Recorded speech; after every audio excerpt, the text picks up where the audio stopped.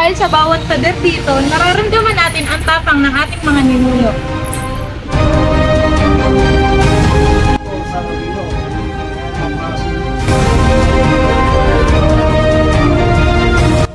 Salang ito, nagtitipon-tipon ang mga literno para walang tikmaan upang pag-usapan ang kalayaan.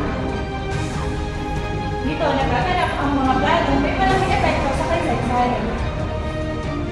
Sa lugar na ito, maaari natin isipin kung ano ang mga naging diskusyon ng mga leader sa pag-iisip kung ano ang mga paraan para malabanan ang mga mananakit.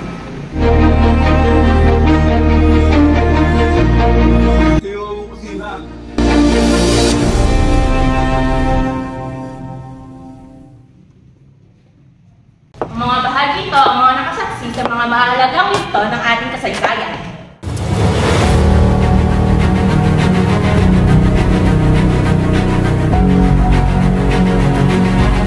Kapag pinipili natin ang Pilipinas, pinipili rin natin ang mga alaala at sakripisyo ng mga taong nagbuwis buhay para sa kalayaan. Paano kaya nung panahon na yun?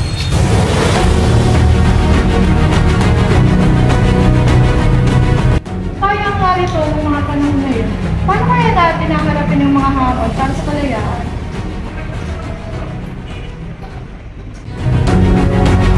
Ang Sedeco House ay simbolo ng tibay ng mga Pilipino. Ang pagpili sa Pilipinas ay pagpili rin sa kasaysayan at pangarap para sa kinabukasan.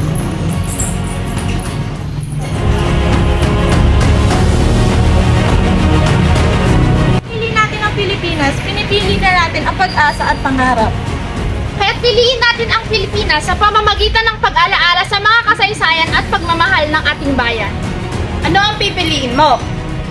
Kung ikaw nasa Sedeco House, nung panahon ng digmaan, ano ang gagawin mo para sa bayan?